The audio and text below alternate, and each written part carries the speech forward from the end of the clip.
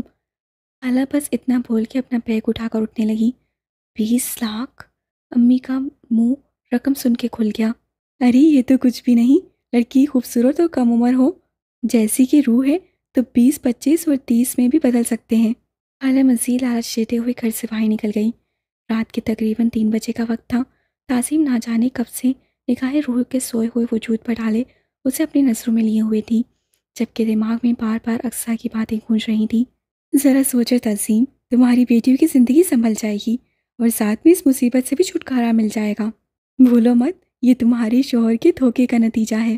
وہ تم سے محبت کے دعوے کرتا تھا اور تم سے چھپ چھپا کر کسی اور لڑکی سے نہ صرف شادی کر رکھی تھی بلکہ اس میں سے ایک اولاد بھی پیدا کی ہوئی تھی۔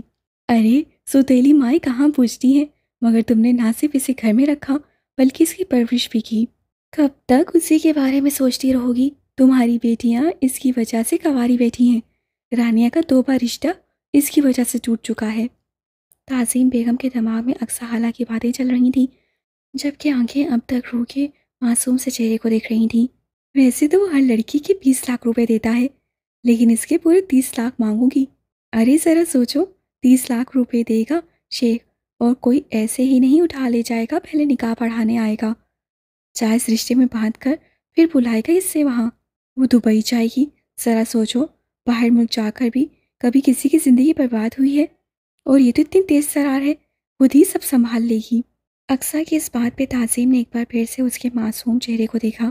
کیا واقعی وہ اتنی تیز ہے کہ اپنے آپ کو خود سنبھال لے؟ نہیں نہیں، میں زری کے ساتھ ایسا نہیں کروں گی، اتنا بڑا گناہ میں سوچ بھی کیسے سکتی ہوں؟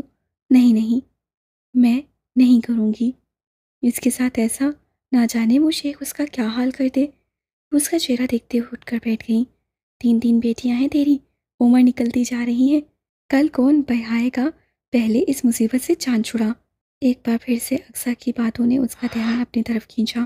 ایک طرف اس کی 3 بیٹیاں تھیں جن سے وہ بے تحاشا محبت کرتی تھی اور ان کی زندگی میں بے انتہا خوشیاں دیکھنا چاہتی تھی۔ ہر ماں کی طرح اس کا بھی خواب تھا کہ اس کی بیٹیاں خوشحال زندگی گزاریں، جبکہ دوسری طرف معصوم سی روح نور جو صرف اس کے سہارے پر بیٹھی تھی، جو صرف اس کو جانتی تھی، صرف اس پر بھروسہ کرتی تھی، جو اسے امی کہہ کر بلاتی تھی، وہ بھی تو اس کی بیٹی تھی۔ ہاں، مگر ستیلی، وہ اشراف سے ملنے جیل میں آیا تھا۔ نہیں بھائی، میں بالکل ٹھیک ہوں، یہاں مجھے ہر چیز مہیا کی گئی ہے، لیکن پھر بھی ایسا لگتا ہے جیسے اپنا فرض نہیں نبھا رہا۔ موت کبھی بھی آ سکتی ہے، چلتے پھرتے اٹھتے بیٹھتے انسان کبھی بھی مر سکتا ہے۔ مجھے ڈر ہے بھائی، میں اس طرح سے نہ مر جاؤں۔ صرف شارف ہی اسے بھائی کہہ کر بلا سکتا تھا، کیونکہ وہ بچپن سے ہی اس کے ساتھ تھا۔ زیادہ تر وہ بھی اسے ڈیول کہتا تھا۔ اس کی ٹیم میں کام کرنے والے باقی سب لوگ اسے سر یا ڈیول کہہ کر پکارتے تھے، جبکہ ہزر اسے کبھی ڈیول یا اس کے نام سے بلاتا تھا۔ میں چاہتا ہوں مجھے موت آئے تو میں آپ کے لیے کچھ نہ کچھ کر رہا ہوں بھائی، میں آپ کے لیے جان دینا چاہتا ہوں، اور دیکھیے گا میں ایک نہ ایک دن آپ کے لیے جان ضرور دوں گا۔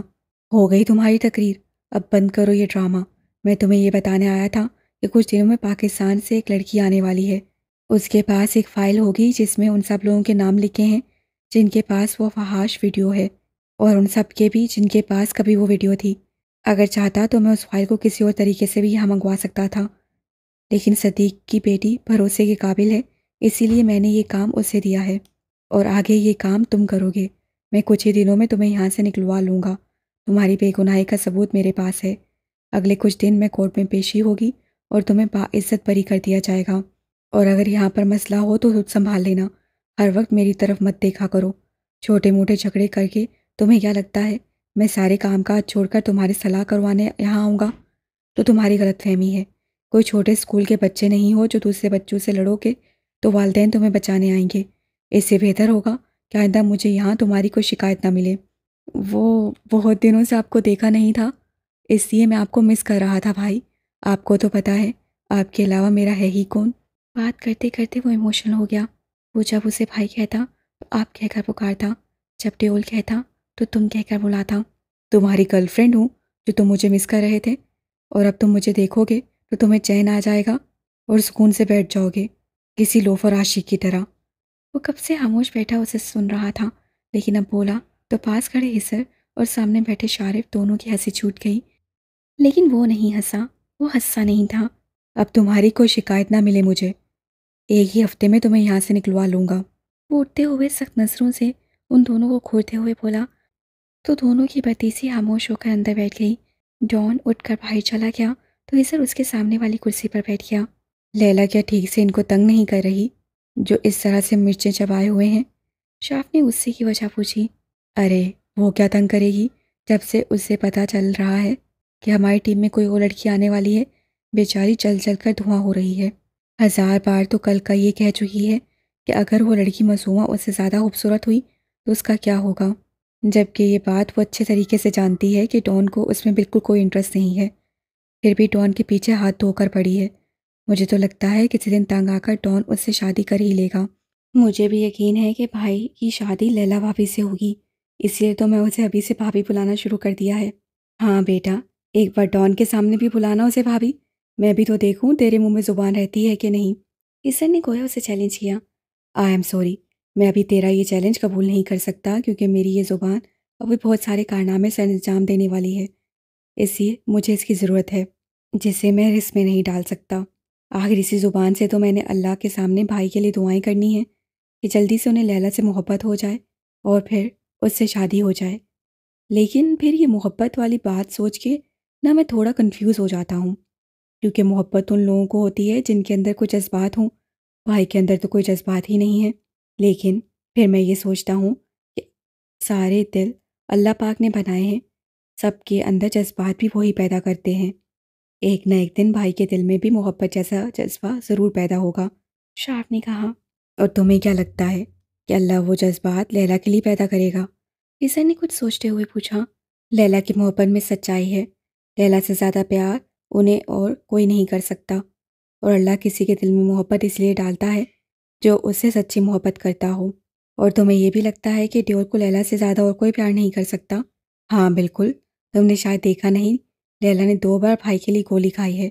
جہاں بھی بھائی کی جان خطرے میں ہوتی ہے وہ سب سے آگے ہوتی ہے۔ لیلا بھائی سے بہت پیار کرتی ہے، اس کے پیار کا مقابلہ کوئی نہیں کر سکتا، اور مجھے یقین ہے کہ لیلا بھائی کو خود سے پیار کرنے پر مجبور کر دے گی۔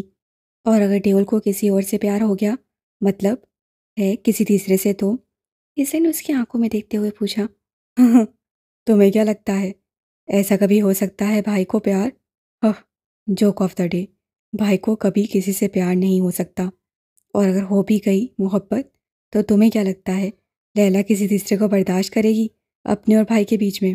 اسی لیے تو میں معصومہ کو لے کر پریشان ہوں، سمجھ میں نہیں آ رہا کہ بیچاری کسے کہوں، معصومہ کو کہ لیلا کو۔ تمہیں کیا لگتا ہے ڈیول، میں اتنی آسانی سے تمہارے آدمی کو جیل سے باہر آنے دوں گا؟ نہیں، ایسا نہیں ہوگا، نہیں ہونے دے گا۔ شارف کو اب پھانسی کے پھندے تک پہنچانے سے کوئی نہیں روک سکتا۔ اب تم اپنے وفادار آدمی کو بھول جاؤ۔ انسپیکٹر سائم نے اس کے سامنے آتے ہوئے کہا۔ ارے انسپیکٹر سائم، آپ یہاں؟ یہ وقت تو آپ کی بچی کے اسکول سے چھٹی کا ہے نا؟ اب یہ مت کہیے گا کہ میرا دیدار کرنے کے لیے آپ اپنی بچی کو اسکول لینے سے نہیں گئے۔ اتنی لاپرواہی اچھی نہیں ہوتی، وہ بھی تب جب آپ نے شیر کے منہ میں ہاتھ ڈالا ہو۔ مجھے اس طرح سے مت دیکھیں انسپیکٹر صاحب، ارے میں آپ کی بچی کو کچھ نہیں کروں گا۔ ڈیول اپنے دشمنوں کی کمزوری کو استعمال نہیں کرتا، یہ ڈیول کے کام کرنے کا انداز نہیں ہے۔ مگر آپ کی بیٹی بہت پیاری ہے، میں اور کچھ نہیں چاہتا، بس اتنا چاہتا ہوں کہ آئندہ مجھ سے مخاطب ہونے سے پہلے آپ یاد رکھیں کہ آپ کی بیٹی بہت پیاری ہے۔ بات کرتے ہوئے اس کے گال پر ڈمپل نمایاں ہو رہا تھا، جبکہ سامنے کھڑے انسپیکٹر سائم کا دل چاہا کہ اس کے خوبصورت چہرے کو بگاڑ کر رکھ دے جو اس کی 4 سالہ بیٹی کے بارے میں بات کر رہا تھا، لیکن وہ مجبور تھا۔ دبئی کی پولیس کسی عام باشندے پر ہاتھ نہیں اٹھا سکتی تھی، اور دبئی کی عوام کی نظروں میں ڈان ایک عام آدمی تھا جس سے بہت کم لوگوں نے دیکھ رکھا تھا۔ ارے میں نے تو صرف تصویر بھیجی تھی، ان لوگوں نے ایڈوانس میں 5 لاکھ بھیج دیے، میں نے تو ابھی کہا بھی نہیں تھا کہ لڑکی کو بیچیں گے بھی کہ نہیں۔ اقصیٰ نے اس کے سامنے 5 لاکھ کی کٹی رکھتے ہوئے کہا۔ اقصیٰ میں ایسا کوئی کام نہیں کروں گی، میں نے تمہیں پہلے بھی بتایا تھا میں روح کو نہیں بیچوں گی، کہیں نہیں جائے گی، وہ یہیں رہے گی۔ اور تمہاری ہمت کیسے ہوئی، میری اجازت کے بغیر تم نے ان لوگوں کو تصویر بھیجی کیوں؟ تعظیم بیگم کو غصہ آ گیا تھا۔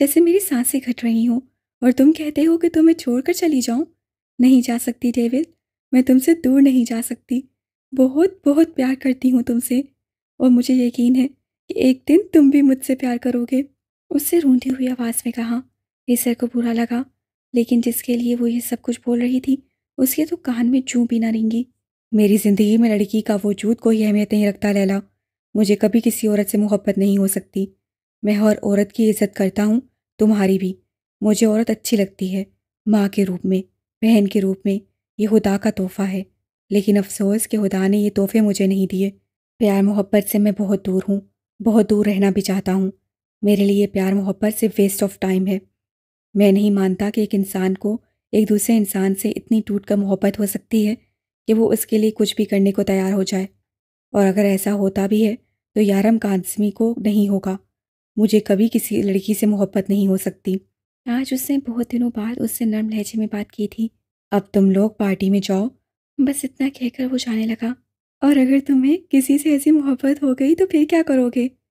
آواز سب بھی روندی ہوئی تھی، شاید وہ اپنے آنسوؤں کو بہنے سے روک رہی تھی۔ نہیں ہوگی، وہ ایڑیوں کے بل گھوم کر بولا۔ اور اگر ہو گئی تو؟ اس سے پھر وہی سوال کیا۔ کہا نا نہیں ہوگی۔ وہ پھر سے جانے لگا۔ اگر ہو گئی تو؟ وہ ٹوٹی بکھری حالت میں بولی۔ تو میں خود اسے اپنے ہاتھوں سے مار دوں گا۔ اس بار وہ اتنے زور سے چلایا تھا کہ پورے ہال میں اس کی آواز کے بعد سناٹا پھیل گیا، اور وہ لمبے لمبے ڈاک بھرتا ہال سے نکل گیا۔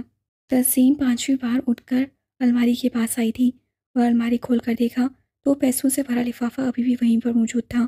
نہ جانے اسے کیا ڈر تھا کہ بار بار اٹھ کر ان پیسوں کو دیکھتی اور پھر ایک نظر زمین پر سوئی روح کو دیکھتی۔ وہ اسے ہر روز مارتی پیٹتی گالیاں دیتی، لیکن اس کے بارے میں کبھی اتنا غلط نہ سوچا تھا جتنا غلط اقصیٰ نے سوچ لیا۔ وہ کبھی اسے بیچنے کا نہیں سوچ سکتی تھی۔ ان کے گھر کے حالات اتنے تنگ تھے کہ 2 وقت کا کھانا بھی مشکل سے نصیب ہوتا۔ نور کا باپ ایک سرکاری بینک میں چھوٹے عہدے کا آفیسر تھا۔ اس کی پینشن آج بھی آتی تھی، لیکن اس سے گھر کا گزارا کرنا مشکل تھا، اور 3 بیٹیوں کی شادی تو ناممکن تھا۔ ایسے میں اسے گولڈن چانس مل رہا تھا اپنی بیٹیوں کی زندگی سنوارنے کا، بلکہ اچھے سے اچھے طریقے سے شادی کرنے کا۔ لیکن اس سب کے لیے اسے روح کی قربانی دینی تھی۔ اپنی 3 بیٹیوں کی محبت میں یہ مشکل تو نہ تھا، وہ تو ویسے بھی اس کے سر پہ تھوپی گئی تھی۔ وہ کوئی اس سے محبت تو نہیں کرتی تھی، اور نہ ہی وہ اس کی اولاد تھی۔ وہ تو ایک دھوکے کا نتیجہ تھا جو اس کے شوہر نے دیا تھا۔ وہ کیوں اتنی فکر کرتی تھی اس کی؟ روح تو منحوس تھی، جس نے اس کی بیٹی رانیہ کی 2 بار شادی توڑوا دی۔ اسے نفرت تھی اس سے، پھر کیوں سوچتی اس کے بارے میں؟ نہیں تھی وہ اس کی بیٹی، اور اگر بیٹی تھی بھی تو ستیلی۔ اسے اپنی سگی بیٹیوں کے بارے میں سوچنا تھا۔ شیخ صاحب، میں ان کے گھر جا رہی ہوں آخری بار بات کرنے کے لیے۔ آپ کی بے چینیاں تو حد سے سوا ہیں۔ مجھے سمجھ نہیں آتا، اگر میں نے ان لوگوں کو بنا بھی لیا روح سے نکاح کے لیے تو کیسے آپ ایک ہی دن میں اسے اپنے پاس لے جائیں گے؟ کیونکہ اس لڑکی کے پاس نہ تو پاسپورٹ ہے اور نہ ہی ابھی تک اس کا شناختی کارڈ بنا ہے۔ شناختی کارڈ نہیں بنا؟ یہ کیسے ممکن ہے؟ تم نے تو کہا تھا وہ 19 سال کی ہے۔ شیخ نے پوچھا۔ ہاں شیخ صاحب، اس کا کچھ نہیں بنا۔ اس کی ستیلی ماں نے ضروری نہیں سمجھا اس کا شناختی کارڈ بنوانا، اور کوئی پاسپورٹ بھی نہیں ہے اس کے پاس۔ کیسے لے جائیں گے آپ اسے ایک ہی دن میں؟ بتائیں مجھے۔ آپ صبر کریں، مجھے تھوڑا وقت دیں، میں اس کی ماں کو بھی منا لوں گی اور شناختی کارڈ اور پاسپورٹ کا انتظام بھی کروا لوں گی۔ اکثر اسے پھسلانا چاہا۔ نہیں، میں مزید انتظار نہیں کر سکتا۔ مجھے وہ لڑکی چاہیے، اور یہ پاسپورٹ شناختی کارڈ کی فکر مت کرو، سب کچھ میں ہینڈل کر لوں گا۔ ایسے بہت سارے لوگوں کو بلایا ہے میں نے۔ شیخ نے اقصیٰ کے ارادوں پہ پانی پھیرتے ہوئے کہا۔ ٹھیک ہے شیخ صاحب، میں اس کی ماں سے بات کرتی ہوں۔ اسے کال بند کرتے ہوئے دروازہ کھٹکھٹایا۔ اندر آئی تو تعظیم چارپائی پہ بیٹھی تھی۔ ہاں تعظیم، لاؤ، دو میرے پیسے، مجھے واپس کرو جو شیخ صاحب کو واپس کرنے ہیں۔ وہ ساتھ میں کرسی پر بیٹھتے ہوئے بولی۔ میں نے کل رات تمہاری اس بات کے بارے میں سوچا، اور یہی فیصلہ کیا کہ مجھے میری بیٹیوں کی زندگی سنوارنے کے بارے میں سوچنا چاہیے۔ تعظیم نے تحمل سے کہا۔ مطلب تم روح کا نکاح کروانے کو تیار ہو؟ اقصیٰ خوشی سے چہکتے ہوئے بولی۔ ہاں، میں روح کا نکاح کروانے کے لیے تیار ہوں۔ جب تم چاہو مولوی اور شیخ کو لے کر یہاں آ جاؤ، ہم نکاح کروا دیں گے۔ تمہیں فکر کرنے کی ضرورت نہیں ہے، مولوی صاحب کو میں لے آؤں گی اور شیخ صاحب فون پر ہی نکاح کریں گے۔ اس کے بعد ہم دبئی بھیج دیں گے اسے۔ اقصیٰ نے اسے جلدی جلدی بتانا شروع کیا۔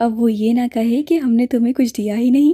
وہ اپنے پرانے کپڑوں کا احسان بھی اس طرح سے جتا رہی تھی جیسے نئے خرید کر لائی ہوں۔ وہ کچھ نہ بولی، خاموشی سے انہیں سنتی رہی۔ تھوڑی دیر کے بعد فاطمہ بی بی ایک بار پھر سے اس کے قریب آ گئی۔ مجھے تو پتہ ہی نہیں تھا کہ تم آج ہی جا رہی ہو، یہ تو ابھی تسیم نے بتایا۔ تم نے مجھے اپنی شادی کے بارے میں کیوں نہیں بتایا؟ انہوں نے پریشانی سے پوچھا۔ سچ تو یہ تھا کہ انہیں تسیم پر بھروسہ نہیں تھا، نہ جانے وہ عورت اس کے ساتھ کیا سے کیا کرتے۔ میں تمہیں بہت کچھ دینا چاہتی تھی، لیکن تم نے پہلے مجھے بتایا ہی نہیں۔ یہ کچھ چیزیں میں تمہارے لیے لائی ہوں۔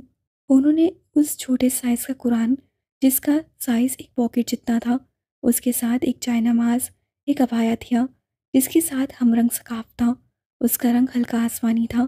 یقیناً انہوں نے اپنے ہاتھ سے اسے سلائی کیا تھا۔ وہ ایک غیر عورت ہو کر اسے نئی چیزیں لا کر دے رہی تھیں، اور اس کے اپنے جو آج اسے یہاں سے بھیجتے ہوئے بھی اپنی اترن دے رہے تھے۔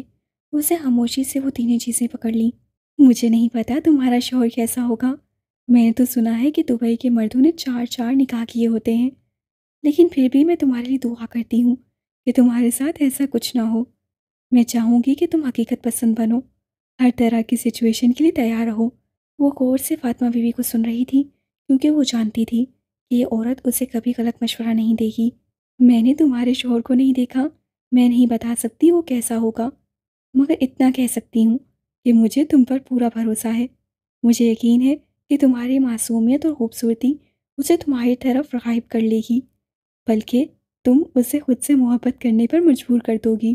تم خود صبر سے کام لینا میری بچی، تیری زندگی میں کبھی کچھ اچھا نہیں ہوا، اب اللہ تیرے ساتھ اتنا برا نہیں کرے گا۔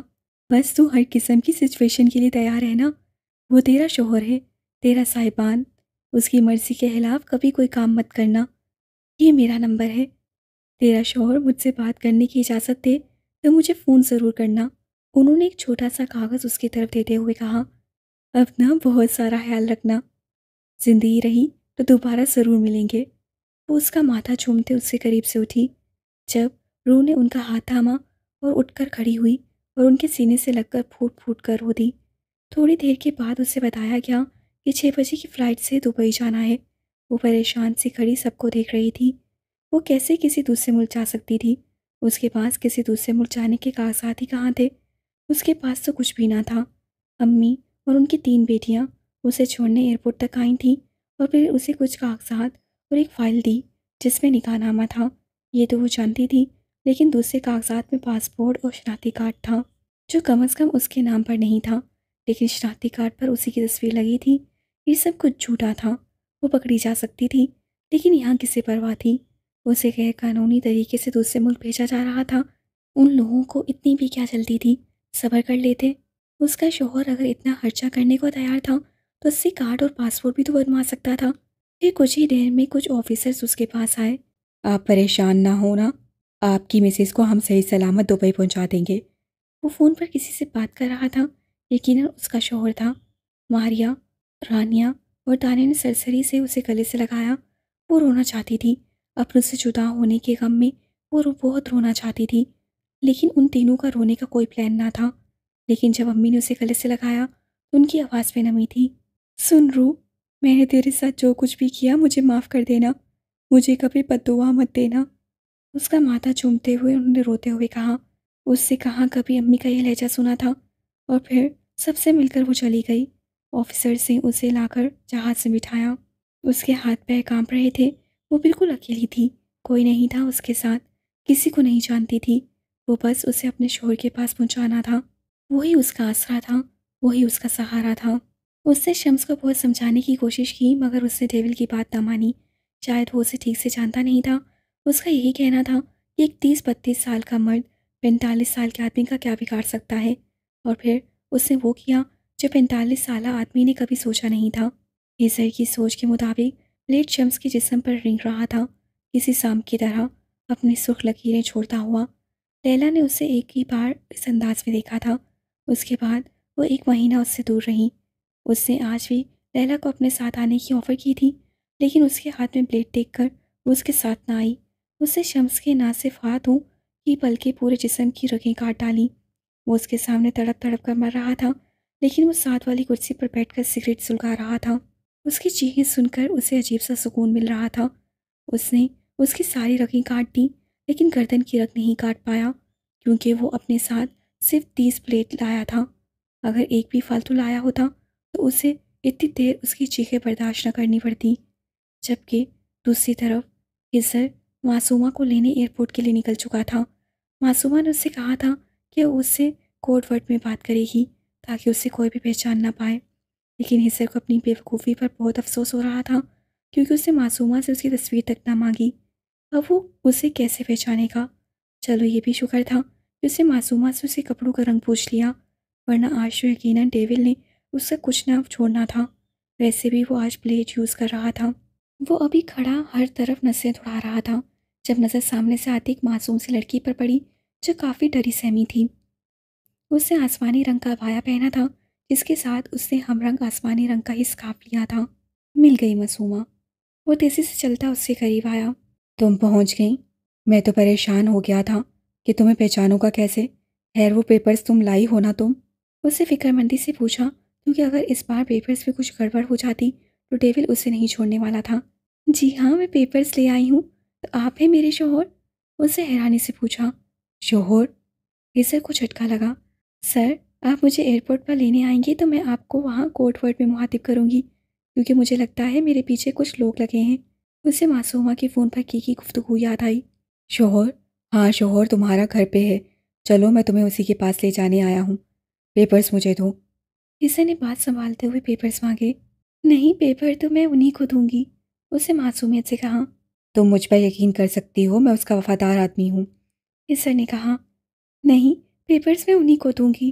ہزر کو لگا کہ اس نے ایک بار پھر سے اس سے پیپر مانگے تو معصومہ رونے لگے گی۔ اسے نام کی معصومہ نہیں دی، پھر وہ سچ میں بہت معصوم تھی۔ فون پر بات کرنے والی لڑکی تو نہیں لگ رہی تھی، وہ تو بہت بولڈ اور ٹیلنٹڈ لگ رہی تھی۔ وہ آ کر گاڑی میں بیٹھے تب بھی روح کافی زیادہ ڈری ہوئی تھی۔ اب نارمل ہو جاؤ، مزید ایکٹنگ کرنے کی ضرورت نہیں ہے، ہزر نے اس کی طرف دیکھتے ہوئے کہا جبکہ اس کی چھٹی حص اسے کچھ غلط ہونے کا اشارہ کر رہی تھی۔ کیا مطلب؟ روح نے معصومیت سے پوچھا۔ مطلب یہ کہ اب تمہیں ڈرنے اور گھبرانے کی ضرورت نہیں ہے محترمہ، اپنی صحت پر آ جاؤ اور وہ فائل میرے حوالے کر دو۔ ہزر سے اب مزید برداشت کرنا مشکل ہو رہا تھا۔ یہ آپ کیا کہہ رہے ہیں بھائی؟ مجھے تو کچھ سمجھ نہیں آ رہا، اور میں آپ کو بتا چکی ہوں یہ فائل میں اپنے شوہر کو دوں گی، تو آپ بار بار کیوں مانگ رہے ہیں مجھ سے؟ روح نے اس کی طرف دیکھ کر پریشانی سے کہا کیونکہ اس کی بات روح کے سر کے اوپر سے گزر رہی تھی۔ بھائی؟ میں تمہیں بھائی لگتا ہوں؟ ہزر نے اسے گھور کے دیکھا۔ کچھ نہیں کہہ رہا میں تمہیں، ڈیول ہی سنبھالے گا، اس سے اکتا کر کہا اور گاڑی کی سپیڈ تیز کر دی جبکہ روح اس کی باتوں کا مطلب سمجھنے کی کوشش کرنے لگی۔ ڈیول؟ کیا یہ بے ڈھنگا نام اس کے شوہر کا تھا؟ لیکن یہ کیسا نام ہے؟ اس نے تو کبھی پہلے نہیں سنا۔ ہو سکتا ہے پیار سے کہتے ہوں، روح نے سوچا اور دبئی کی صاف ستھری خوبصورت سڑکوں کو دوڑتے ہوئے دیکھنے لگی جبکہ ہزر کو کچھ سمجھ نہیں آ رہا تھا۔ فون پر تو اس سے کافی بے باکی سے بات کر رہی تھی اور اب وہ اسے بھائی کہہ کے پکار رہی تھی۔ یہ فون والی لڑکی تو ہرگز نہیں لگ رہی تھی۔ سڑک پر چیکنگ پوسٹ دیکھ کر ہزر کو اچھا خاصا غصہ آ گیا۔ اس کا منہ ویسے بھی بنا ہوا تھا کیونکہ معصومہ اسے سیدھے طریقے سے بات نہیں کر رہی تھی جس کی وجہ سے وہ کافی زیادہ غصے میں تھا۔ وہ جلدی سے جلدی اسے ڈیول کے سامنے لے کر جانا چاہتا تھا تاکہ وہ خود ہی اس سے بات کر کے فائل معصومہ سے لے کر اس کے حوالے کر دے تاکہ وہ شافز تک وہ فائل پہنچائے۔ وہ ایسا ہی تھا، ڈیول اسے جو بھی کام دیتا وہ جلدی سے جلدی اپنا کام ختم کرنے کی کوشش کرتا، لیکن اس لڑکی کی وجہ سے وہ اب تک اپنا کام ختم نہیں کر پا رہا تھا۔ اس کا ارادہ معصومہ کو اپنے آدمی کے گھر بھیج کر خود جیل جانے کا تھا، لیکن وہ تب ہوتا جب معصومہ اسے وہ فائل دیتی، جبکہ معصومہ نے آگے انہی کے ساتھ کام کرنا تھا جس کی وجہ سے وہ کسی بھی قسم کی بدمزگی نہیں چاہتا تھا، اور اب غصے سے اس کا برا حال ہو رہا تھا۔ روح پہلے اسے اسی طرح سے غصہ کرتے دیکھتی رہی، پھر گاڑی میں رکھی پانی کی بوتل اٹھا کر اس کی طرف بڑھائی۔ یہ پانی پی لیں، آپ کا غصہ ٹھنڈا ہو جائے گا، اسے معصومیت سے کہا۔ تم اپنا منہ بند کرو اور خاموشی سے بیٹھی رہو، وہ غصے سے دھاڑتے ہوئے بولا۔ کوئی اس حد تک ایکٹنگ کیسے کر سکتا ہے؟